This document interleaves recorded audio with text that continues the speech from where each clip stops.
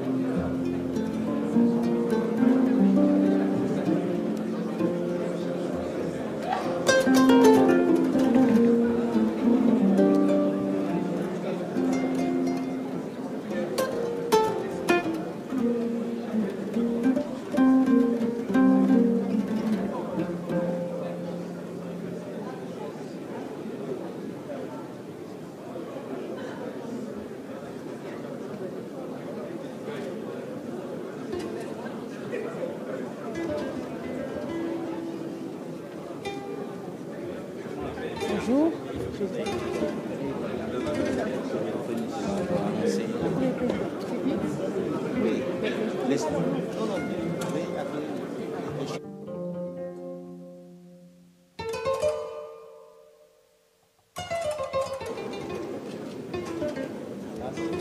C'est bon? Mesdames, Messieurs, veuillez accueillir les chefs d'État et de gouvernement, s'il vous plaît. Voilà. Très bien, donc nous commençons à accueillir les chefs d'État et de gouvernement.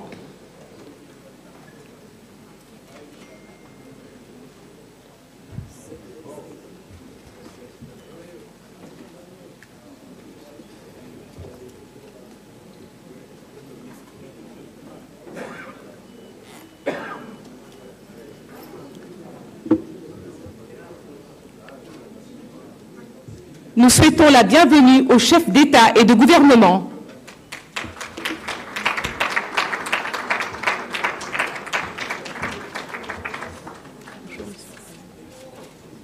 C'est bon? Oui? J'y vais? Non, attends. D'accord.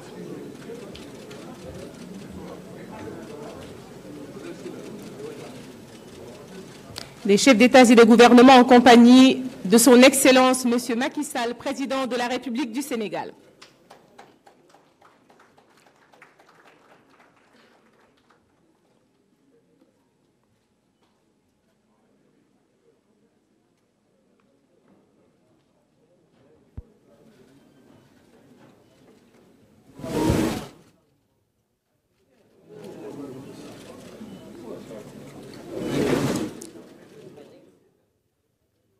Merci beaucoup.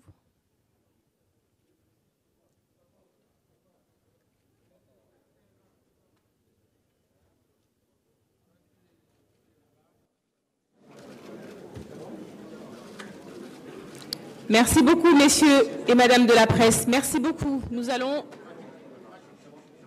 démarrer la cérémonie.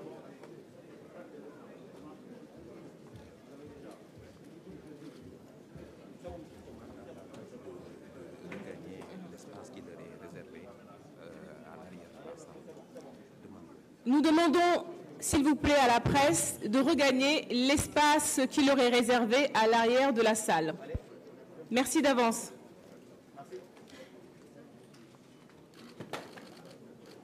Attention, attendez. Attention. Merci, chers confrères et consoeurs, de regagner vos places à l'arrière de la salle pour que nous puissions démarrer cette cérémonie.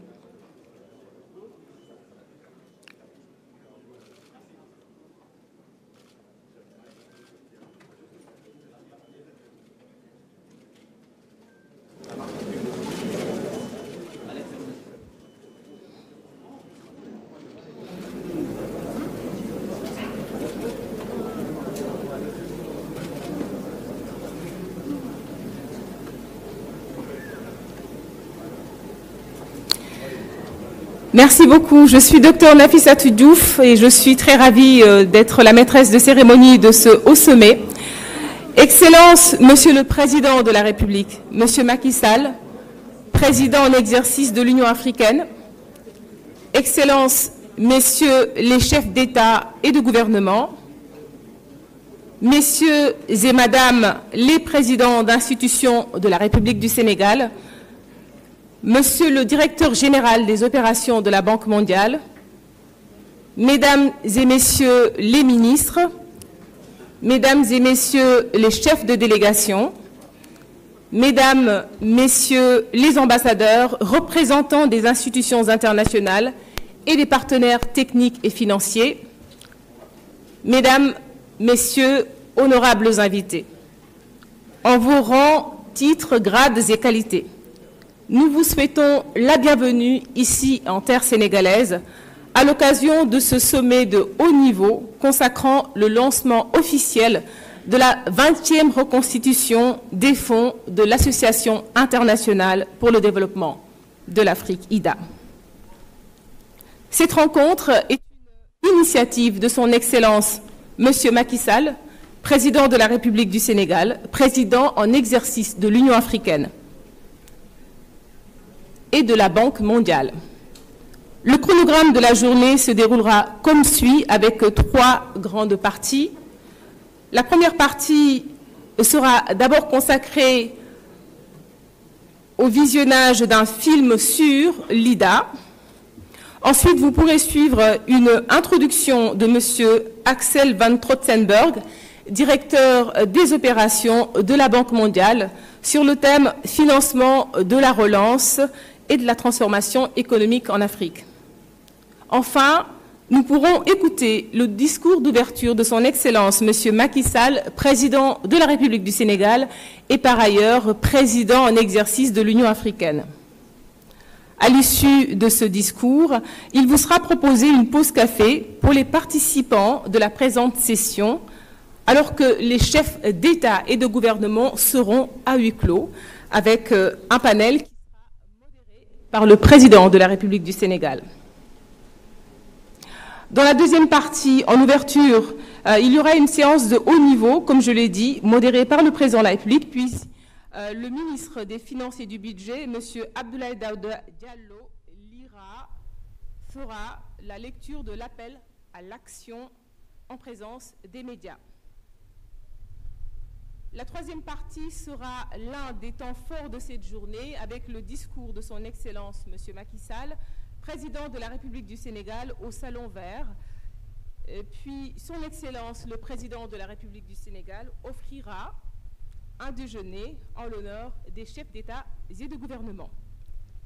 Mesdames, Messieurs les chefs d'État et de gouvernement, honorables invités, je vous invite à présent à visionner un film sur l'IDA.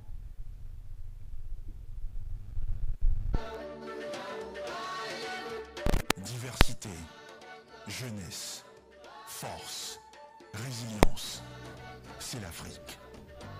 Un continent débordant de potentiel, comptant d'importantes réalisations en matière de développement et résolu à relever tous les défis. L'Association internationale de développement, aussi connue sous son sigle anglais IDA, est un partenaire de longue date de l'Afrique. L'IDA est fière de soutenir la résilience des Africains. en investissant dans l'éducation, la santé, l'innovation numérique et les infrastructures, en créant des États probants à travers toute l'Afrique.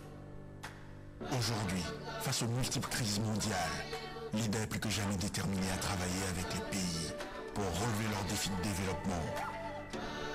Avec ce nouveau cycle d'IDA 20, la Banque mondiale se tient prête à accompagner le continent africain à recouvrer les gains perdus et à poursuivre ses avancées sur la voie de la transformation économique. L'IDA fait la différence en Afrique.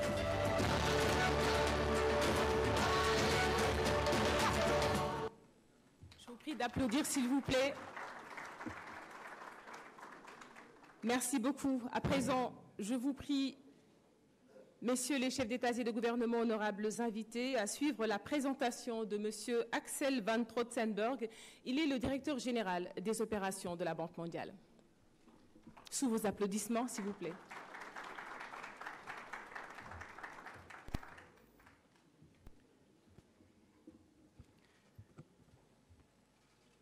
Good morning, Your Excellency, President Macky Sall, Your Excellencies, Heads of State, Your Excellencies, Prime Ministers and Ministers, distinguished ladies and gentlemen.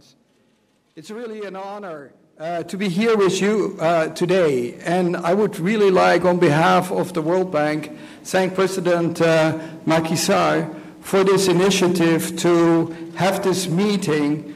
And I thank him in his capacity as the President of the African Union to have organized, if you wish, this launching event for IDA 20. This is very important that we get together and see how the international community, and particularly the World Bank, can assist Africa in its development aspiration.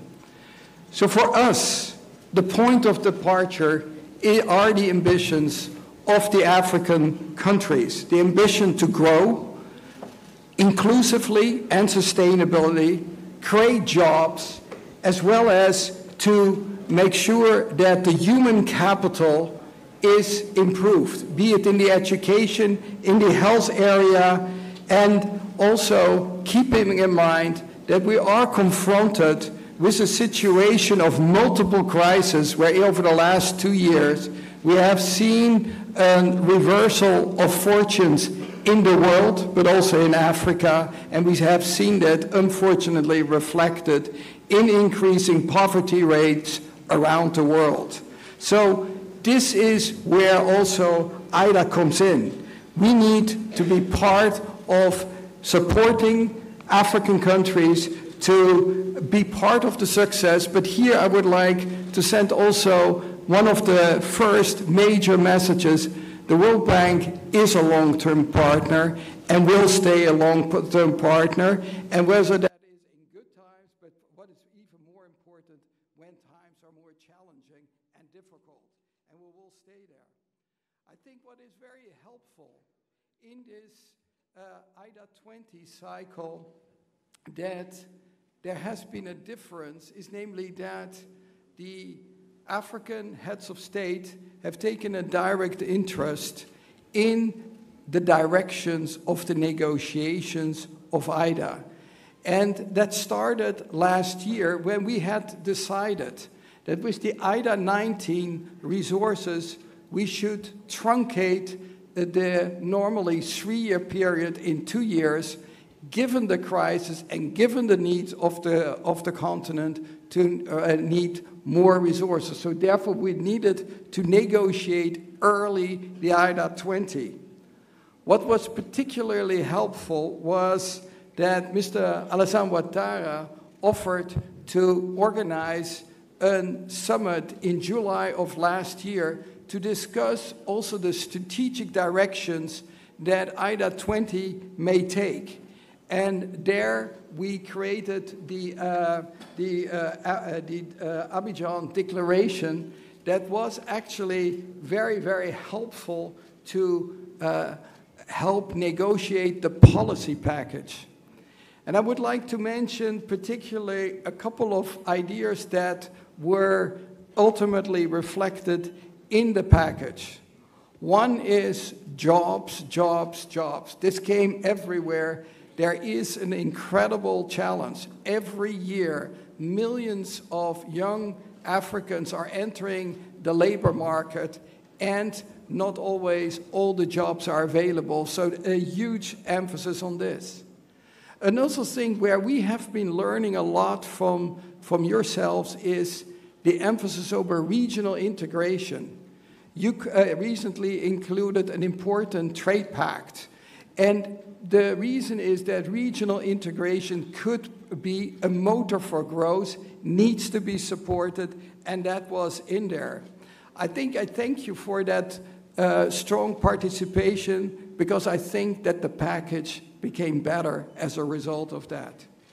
The negotiations ultimately resulted in a $93 billion package that over the next 3 years, and of which about 23.5 billion were through contributions by donors. Now, I know that a lot of donors are linked by video conference, so let me also thank them for their continued strong commitment, their also engagement with their parliaments to ensure the package that we could negotiate. So a sincere thank you to all the donors who are linked up. But also what was important, that during the negotiations, we benefited from the borrower representatives. Half of the borrower representatives are from Africa, and they made sure that these things that were also reflected in the Abidjan Declaration were ultimately in the package. And I think here I would like to also mention something that is more challenging, and that is particularly the countries that are confronted by fragility. And one of the big problems is that once countries are engaged in conflict or where fragility is, many are withdrawing their support. The World Bank took a different decision. Instead, fragility requires more support, continued support, not walking away. And just to give you a sense, the last fiscal year for the Horn of Africa and the Sahel, we provided about $10 billion of support. And I think that is what needs to be seen, is that we need to stay engaged.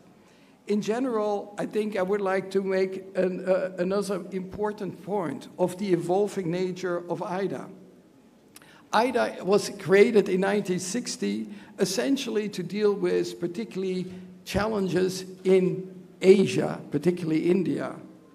But now, over the last 20 years, it has systematically moved towards Africa. Just to give you a sense, in around 2000, we provided about 15% of our resources, of our total resources. This is only the IDA resource. We have also IBRD resources. Those were going to Africa. Last year, it was almost half. And so it is very clear that this is going to stay. And what is even more important, in the case of IDA, we're getting close to $30 billion. But what is most important is that of the package that was negotiated, the $93 billion, 70% will go to Africa. Our expectation is that it will go, and so the big challenge, and therefore I'm happy that we have this meeting, is we are launching this implementation, so it will be a lot of hard work ahead of us. But what we would like to discuss also with you, how can we best strategically use these $65 billion to the maximum benefit of the continent? And I think as strategic choices to do a little bit more of everything, or you say we need to more strategically invest in certain activities. And your guidance and your discussion would be very appreciated, because that is what we need. Now then the hard work comes. What we have also said, operationally, you cannot work out of Washington. It is important to have an office in Washington. Most important is to have a presence in all of the African continents, and we're happy that we have it. We have right now 1,800 people on the ground working from Dakar to Dar es Salaam, from Addis to Joburg. I think this is what we need. The big advantage of being in the countries that we not only learn about your culture, about your history, but also better understand your needs. And that is going to be the key to our success in helping African countries to have the next year, hopefully, more successful, because we are all faced with this multiple crisis, and the last one is the crisis from the fallout from the war in Ukraine, which affects you badly through the channel of higher fuel prices, higher commodity price, and as a consequence, unfortunately, also higher inflation. And inflation, we all know, is the worst enemy of the poor. So that is where we will need to have. So just a couple of ideas where I think we received a lot of advice and suggestions on how one could strengthen this. One is energy access. And I think this is one of the ways where how can we support Africa to accelerate energy access. Having worked on East Asia, I sometimes was impressed how countries like Vietnam were able to increase access by 75 percentage points in 20 years. And the question I often say is, how can we repeat that revolution also in Africa? And I think there are very good conditions potentially for it when we are thinking not only nationally, but also regionally and through the continent. A very promising development is, for example, the West African power pool that we are supporting. And our interest is how can we actually, through our operations, support and increase that ambition, be it in the areas in the energy area, and that can be from the renewable to gas to power.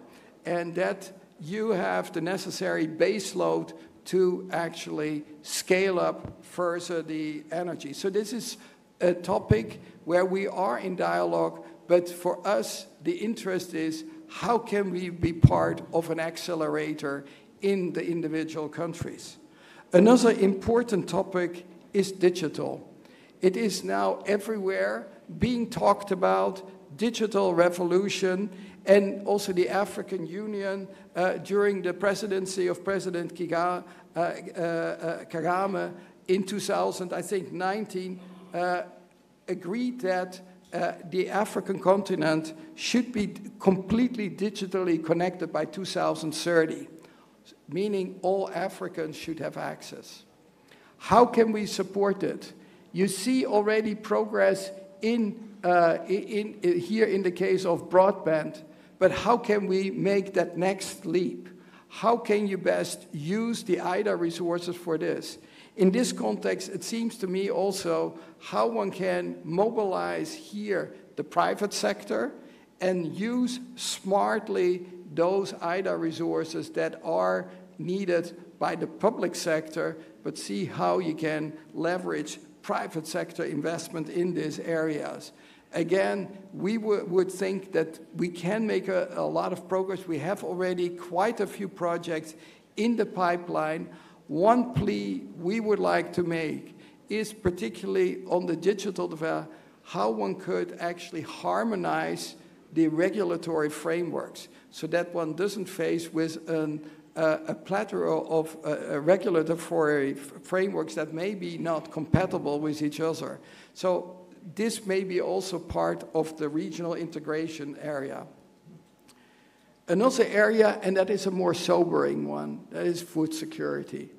The crisis and the war in Ukraine have again highlighted the issue of food insecurity. Unfortunately, because of this war, there is an increase, there is a double increase. First, everybody feels the higher prices. Secondly, food insecurity is increasing and infecting millions around the world, including in Africa. And so what the World Bank in general has decided, and we announced that in April, we cannot wait. So we have said we will provide worldwide new resources to the tune of $12 billion, and 18 billion is available from existing operations, so up to $30 billion. In the first 3 months since April, we have committed almost $6 billion across the world, of which 3.9 billion was to Africa. Demand is high. My sense is maybe higher than the 12 billion that we have indicated. We will respond to this. And what I think is important in this context, we have to have a dual track approach. We have to respond to crisis as well as to the long-term needs, meaning that we have to work towards long-term reduction of food insecurity, and that means better resilience, better agricultural systems. And we have lately provided regional projects, one for West Africa for food system strengthening, and 2 weeks ago for East Africa and Southern Africa. Clearly, a lot more needs to be done. I think there is a good potential that we combine crisis management with also a long-term view, how we can improve the situation. And here, let me just reiterate, we have all the willingness and resolve to help you in this regard, because this is core development.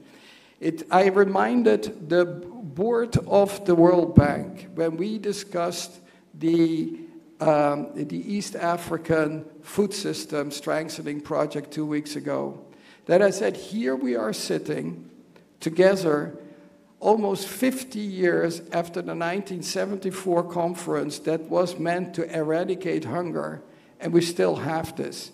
This is not a good signal of the international community. We have to do better, and the only way to do it is together see how we can confront this problem and once and for all help solve it. And you will be able to count on World Bank support on this. But when we are thinking of food security, it is not only on agriculture system. We need also to think of social protection systems. And I think the good news is we learned a lot over the years that we need to have much better social security systems. We learned a lot from the Latin American debt crisis to build that, and now in many African countries we have social protection systems that allow you to react very fast to adverse developments. And I think this was also very important during the crisis of the COVID crisis, that was able to count on social protection measures.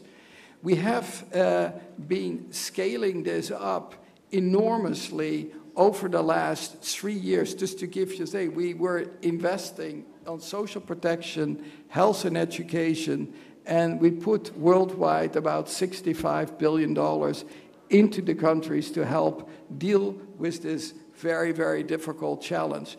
So we think that this is something that we will need to continue to be focused on, particularly the problem you are facing, and even also the World Bank is facing. In times of crisis, you tend to get so focused on crisis measures that sometimes you don't anymore talk about the sustainable development goals and the poverty reduction.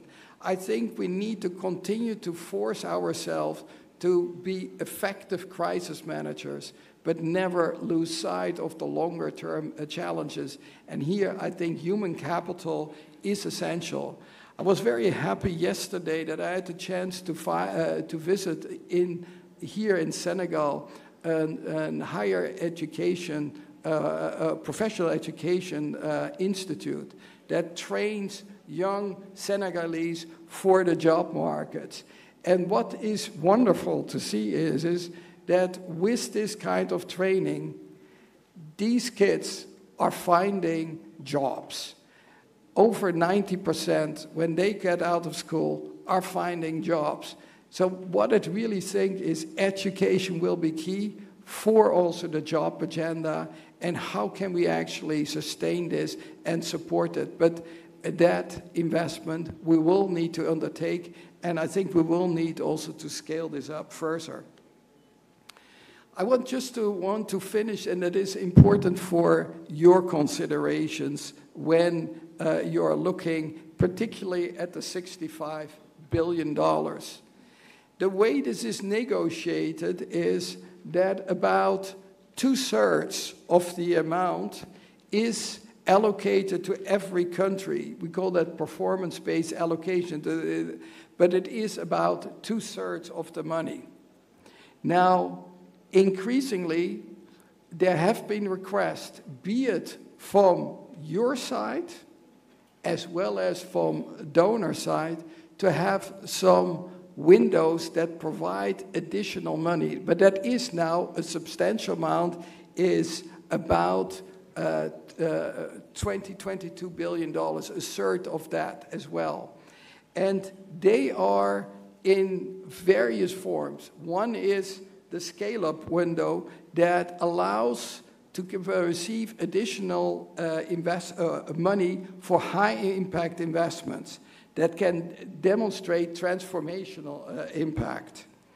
A very important one is the regional window, and that has almost $8 billion. This is the window that many of you have been advocating, and it tends to be used to the max. And there is even often higher demand. For many countries that are hosting refugees, you know yourself that you are confronted with an additional cost, and that you have to manage in times of fiscal stress when the world economy is not doing that well. And so what we would like to offer is also a refugee window that allows country to, first of all, be grateful for the fact that you are hosting refugees, but also recognizing that you need some additional support to make it possible to attend to all the demands of these refugees. Another important one is the crisis response window that we have created actually during the financial crisis almost 13 years ago. This window is extremely in high demand, and certainly now, for example, with the food crisis, that many of you are facing not only fiscal stress, balance of state payment stress. So you see these extra costs are directly translated in a higher fiscal deficit, and for that you need additional support. Finally, we have also a private sector window, and then the whole idea is that when people are talking about private sector investment, it talks easily, but then everybody wants to be de-risked. And so, in the end, you are in a vicious circle. What we have said to our private sector arm, that is the IFC, and directed by a Senegalese, by Makta Diop, he and I go back a long time. We have worked very closely. But what is most important is it may help investments to de-risk. And that is very important. I think they are using these resources fully. I would only advise be aggressive on that, to use them. On the windows in general, what I say, all of you are sitting here, but in those there is competition. Because basically, I'm always a use it or lose it. So one of the important things is that these resources are going to where the demand is, And if you have a lot of demand, then indeed you can use a lot of these resources.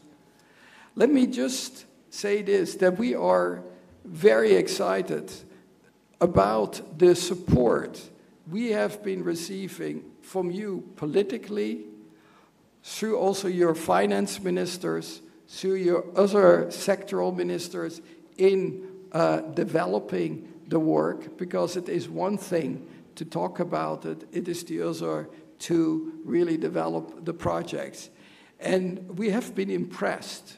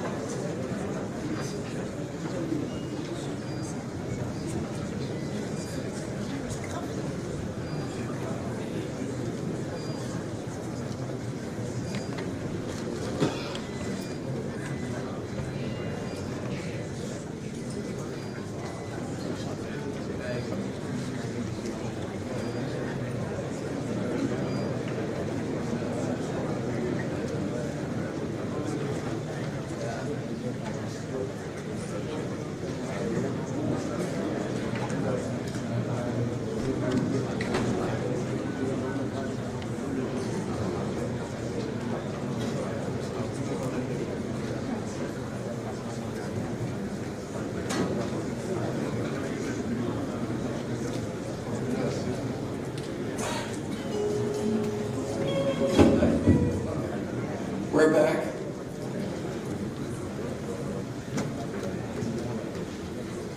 Let me just finish by this, that as I mentioned, this has required an incredible amount of cooperation, and I think I just want to recognize, and hopefully you can also convey that to your teams, that this requires a lot of close collaboration.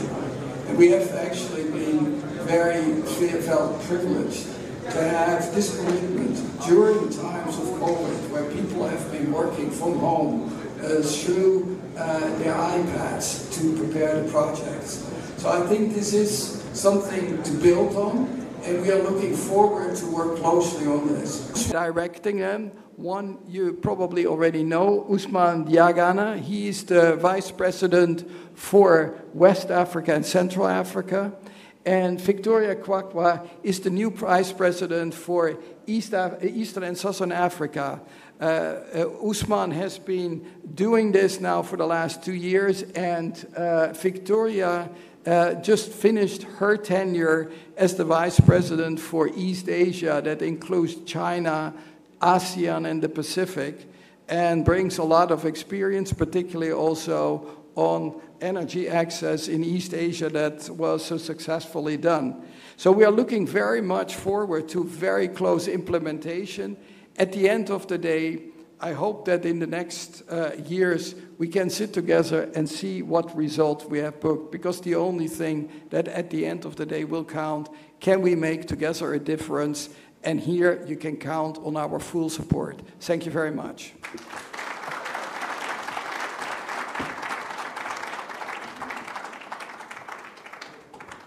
Merci beaucoup à Monsieur le Directeur Général des Opérations de la Banque mondiale, Monsieur Axel van Trottenberg, qui faisait une présentation sur les financements de la relance et de la transformation économique en Afrique.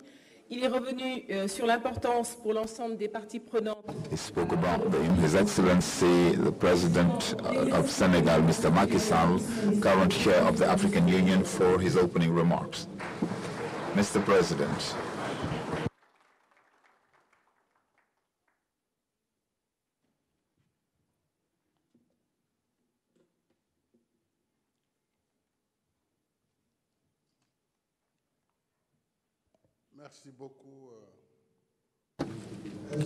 Thank you very much, Excellency President Denis Sassou Nguesso, President of the Republic of Congo, Excellency President Muhammadu Buhari,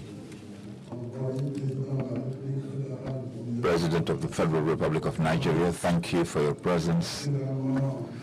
Thank you also to His Excellency George Manuel, President of the Republic of Liberia. Thank you, Excellency Mr. Julius Madabio, President of the Republic of Sierra Leone. Thank you and welcome to His Excellency Mr. Omaro Sissoko Embalo, President of the Republic of Guinea-Bissau. Thank you to His Excellency, Her Excellency, Madam Samia Suluhu Hassan, President of the United Republic of Tanzania. Thank you also to the Vice President of Côte d'Ivoire, to the Vice President of Zambia, to the Prime Minister of Equatorial Guinea, to the Prime Minister of Madagascar, to, I should say, Executive Prime Minister, and thank you above all to attending today for grace this significant gathering with their President. Thank you to Axel, Director General of Operations at the World Bank. Ladies and gentlemen, the Vice President for West and Central Africa, for East Africa, East and Southern Africa. Chefs de délégation, mesdames, messieurs les ambassadeurs, représentants des institutions, chers partenaires, mesdames et messieurs, je voudrais all protocols observed. From the outset, I would like to say that this power cut is a sign of counter-performance that is not acceptable with regard. Et quelque part, il y a quelqu'un qui n'a pas fait son travail. In Africa, we do not have the culture of action. We need to sanction this action because you cannot have such a high-level meeting and that the hotel management accept these kind of situations. In actual fact, I have built a modern center in Jamnyajo, but because of the Eid, the Muslim sacrifice, holiday is approaching and there will be a lot of traffic. We wanted to keep you here in Dakar, but I think that the protocol has to take care of this kind of incident once and for all. This is not tolerable. If you want to make progress, we need to sanction people when they don't do their job. That being said, ladies and gentlemen, I would like to greet you and thank you warmly for your friendship and for gracing this summit for the launch of IDA 20. With your presence, with your participation, you are giving a solemn mark of our commitment in solidarity to serve our common development objectives. I would like to commend and thank the Director General of Operations of the World Bank Group. Thank you very much, Axel, for being with us this morning. Please convey my greetings and thanks to our friend David Malpass. Merci à toutes les délégations. Thank you to all the delegations attending. I wish each and every one of you a warm welcome and a pleasant stay in Dakar. We are gathered, dear colleagues, in a context of serious crisis marked by the double impact of the COVID-19 crisis and the war in Ukraine. While expenditure with regard to the health response and economic and social expenditure have risen sharply, our fiscal margins have shrunk considerably, and vulnerabilities related to debt have been compounded. At the same time, international solidarity instruments that are meant to support our resilience and recovery efforts, such as the G20 initiative to suspend debt servicing and the reallocation, partial reallocation of special drawing rights, SDRs, are not making significant progress. This summit, IDA 20, devoted to considering the modalities for optimum use of resources under IDA 20, is therefore a shining light in the bleak environment. I should like to thank our partners for the historic success of the replenishment of IDA with a record level of $93 billion. I should also like to thank my colleague, President Alassane Ouattara, for kindly accepting to carry with us the advocacy in Abidjan for the replenishment of IDA resources. With regard to the use of these resources, I would like to commend the brilliant presentation by Axel. So when it comes to the use of these resources, our priorities and emergencies are many.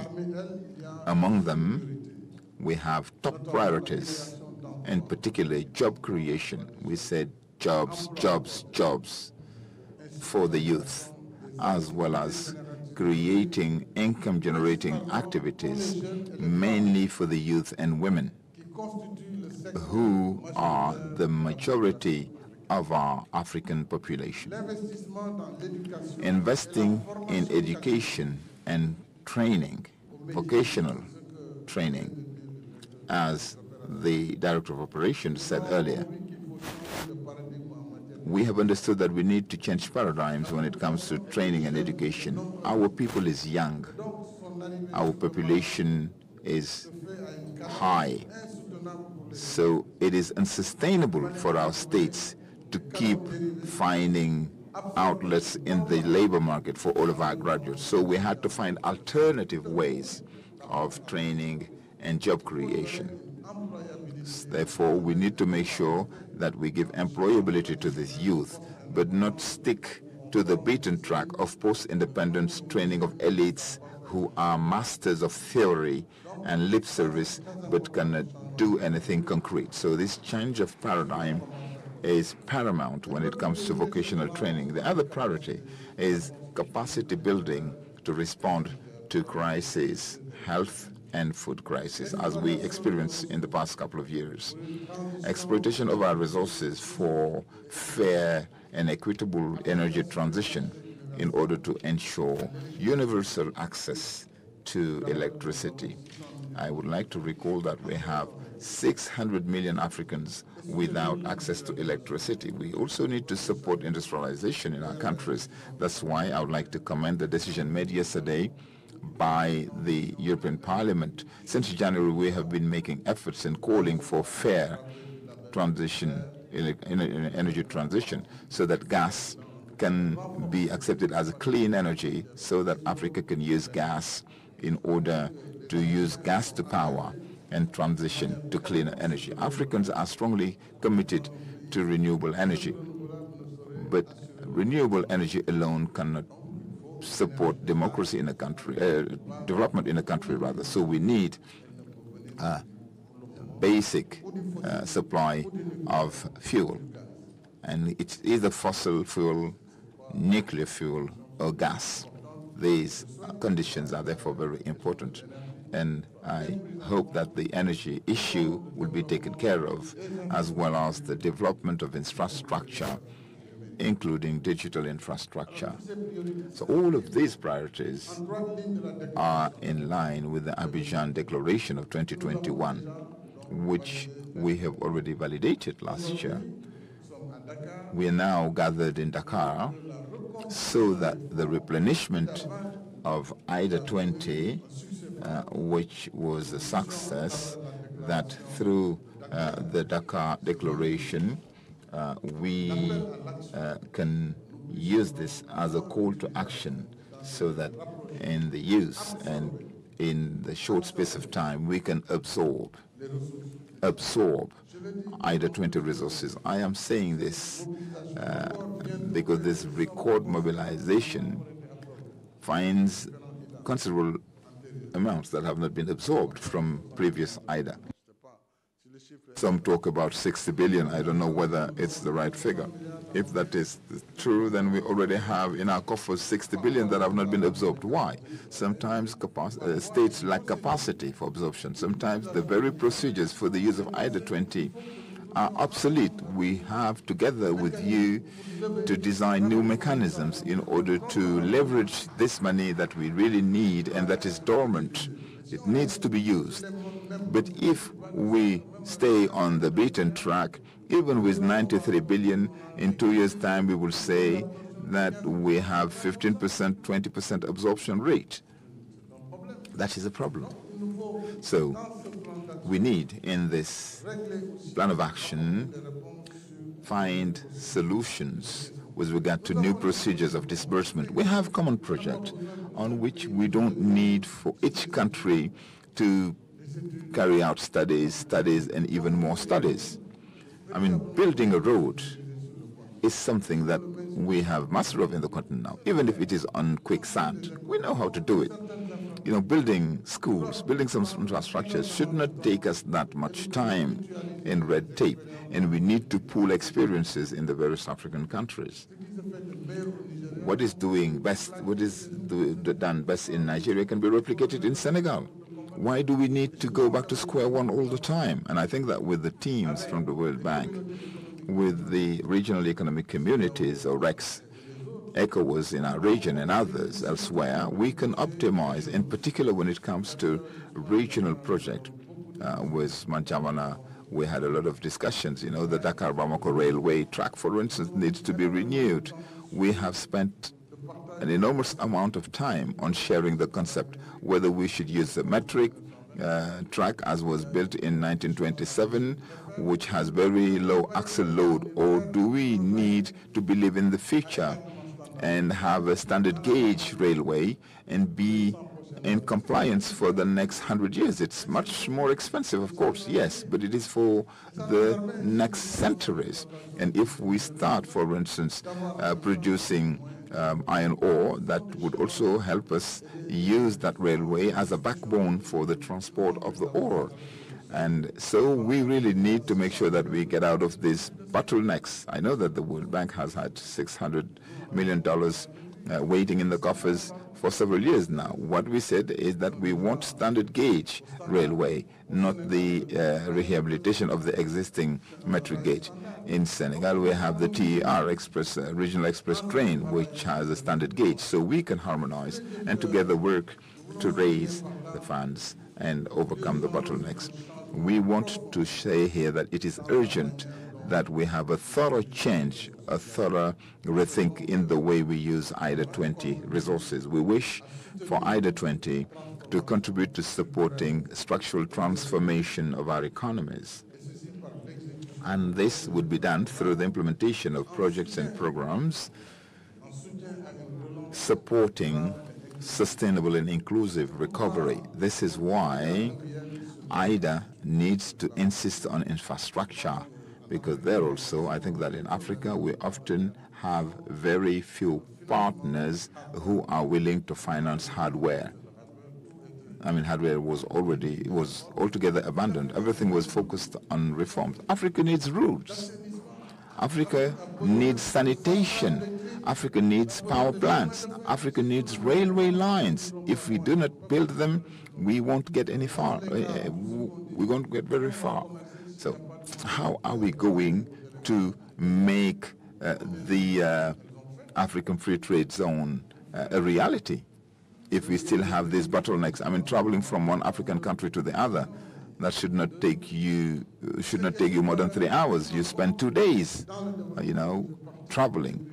These are the priorities that we really need to tackle. I wish that at least regional railway lines and regional road networks be areas where we make real progress. This is what is going to open the way to integration among African countries and develop intra-African trade. Without waiting for too long, we have to work to achieve food self-sufficiency by investing more in production in agricultural value chains.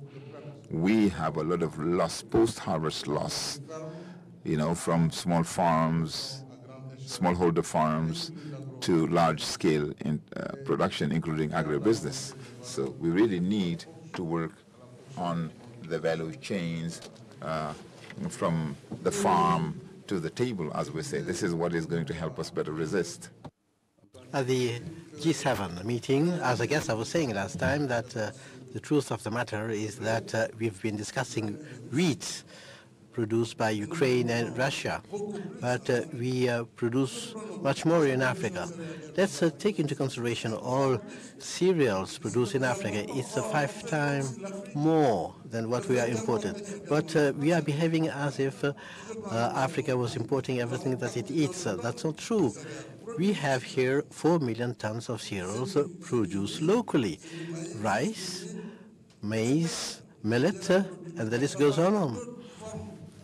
Nigeria produces cassava and other tubers. Each country produces a lot of yam. This is the staple food of Africa. But clearly, we are still depending on the production of wheat, producing wheat flour because we like bread. Unfortunately, we do not have enough wheat on the continent. But to fight against that dependence, I would suggest that we build on the capacity to produce fertilizers on the continent. That's what we need more than anything else. We should have our capacity to produce our fertilizers. Nigeria, for instance, is one of the few countries producing enough urea because they have developed that industry. Senegal as well has a chemical industry that produces fertilizers, NPK fertilizers, because we do have P, phosphate. We have to get nitrogen and potassium. That's where we all depend. K is coming from Russia, Canada, very few countries that have mines of potassium. If you help us turn Africa into something resilient to produce fertilizers, we would necessarily be more resilient food-wise and agriculture-wise. And of course, there's something that is of the essence, controlling water resources, controlling land resources. That's something that we experience in all our countries. But what we really need is proper inputs, good quality seeds, fertilizers. We need to control our water resources because we have 60% of arable land across the world. We shouldn't be talking about famine in Africa. We need resources in the agricultural sector, and we are happy to see that IDE 20 has considered that the food crisis is one of our priorities. And this indeed recalls how important food self-sufficiency is for our countries. In addition to that, we have to keep investing more and better in human capital through these overarching pillars: education, vocational training, but particularly health. We need more schools. We need more vocational centers, more universities and health facilities in order to build up a productive human capital that would be more resilient.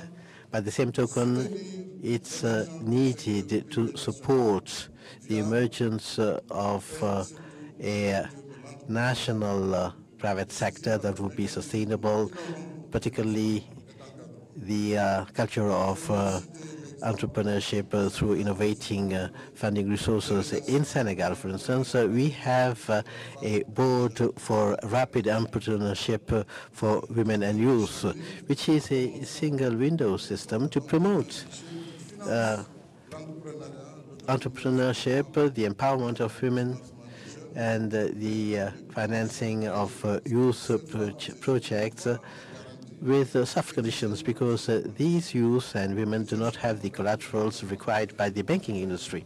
This is a pattern that we can share. It works quite well, but it needs resources.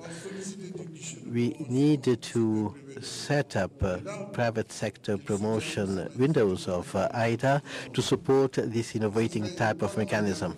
That would be a good way to contribute to fighting social inequalities, supporting women, and supporting the youth that are creative, ambitious, determined, but just like I told you, they cannot access mainstream banking networks.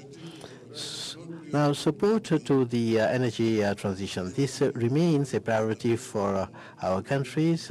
We are happy to see that we are more reasonable about it. And in line with the Paris Agreement on climate, our countries are committed in implementing policies of energy mix that would match our development priorities. We want to keep investing in sources of energy with a low carbon emission that applies to gas. We need to participate to the global effort to control global warming in line with the feeling of differentiated and common responsibility that we have in respect of gas emission.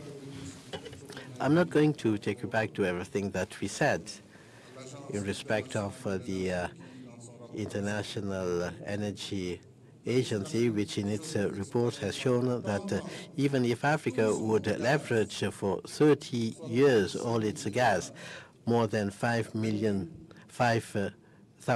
billion cubic meters, the emissions that would come out of that consumption over a period of 30 years wouldn't be more than additional 0.5%. So in total, the CO2 emission rate would be 3.5. So Africa is not the continent that pollutes most.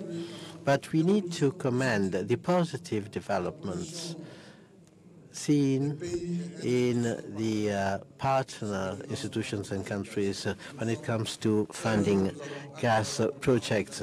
We are happy to introduce our project, gas to power project, to change all our fuel power stations into gas power stations in order to bring down the level of emissions and cut down the cost of electricity in our countries. Dear colleagues, I've been long. I'm sorry about that.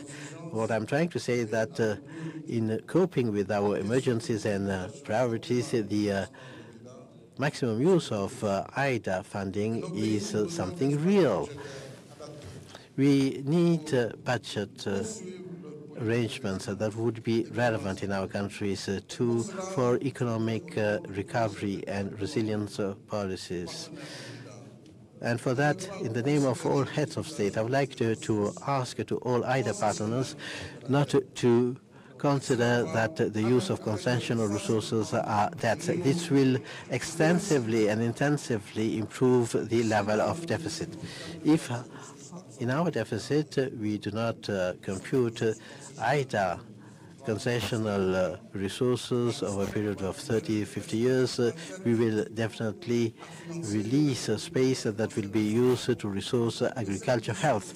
That issue also of ratio calculation of the budget deficit be revisited to have more space, because we do not have budget space. Even if you give us resources, we will be told that we cannot absorb it because our deficit is to the tune of 4%, 5% in Africa.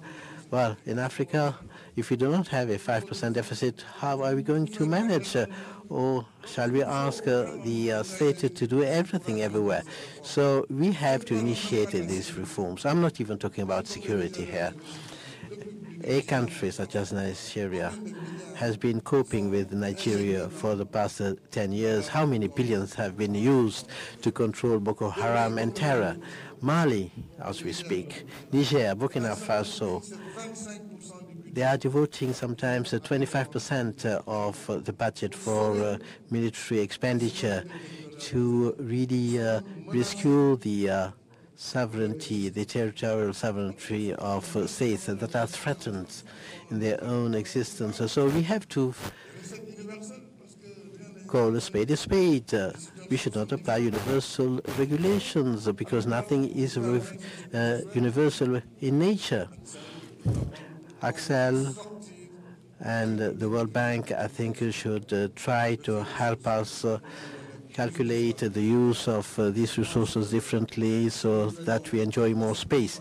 I think that if we have a plea on softer conditions for IDA 20, using improved disbursement procedures, then we'll be able to take the gamble together and win the challenge.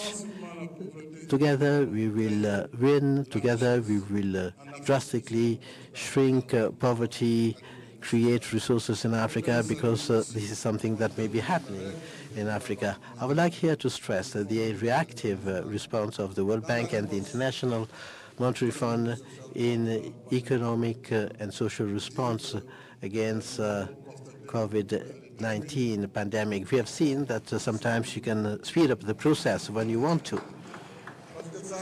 because it has been outstanding. Your responses have been swift, efficient.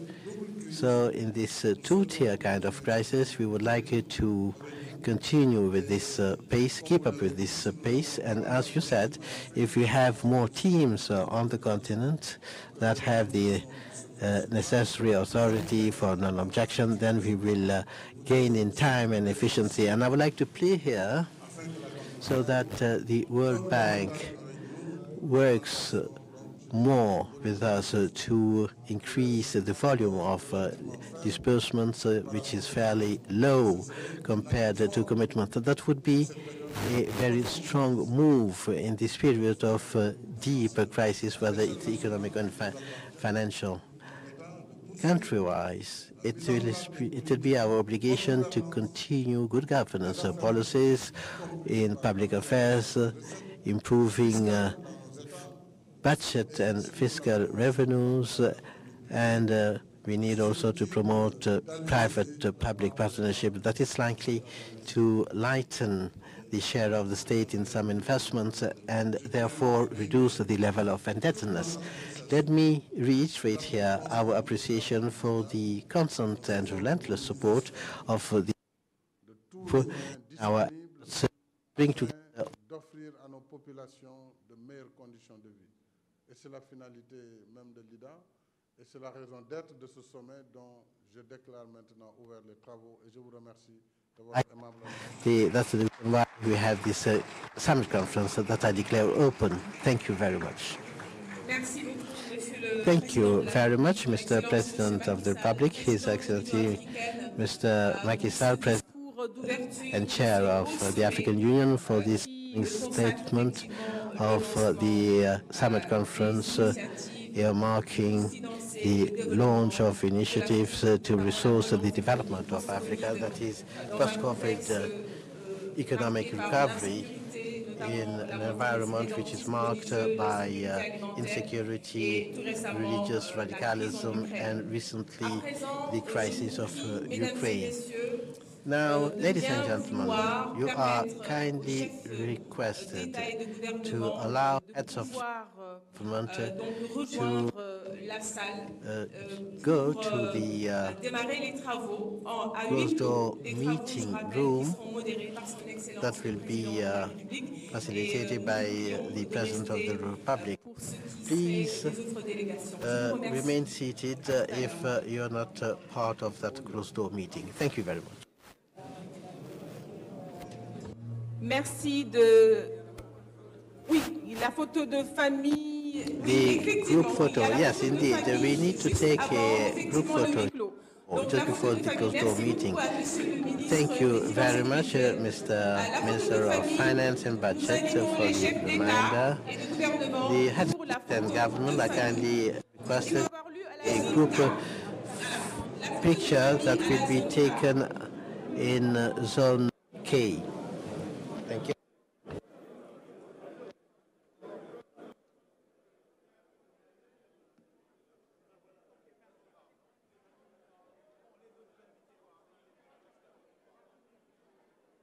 Les autres invités sont invités, voilà, à rejoindre la pause café juste dans le hall de la salle flamboyant. Donc en sortant juste pour la pause café.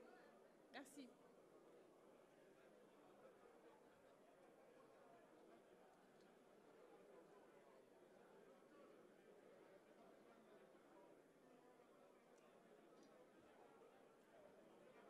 Donc merci aux invités de rejoindre la pause café. Et puis, nous vous remercions d'avoir assisté.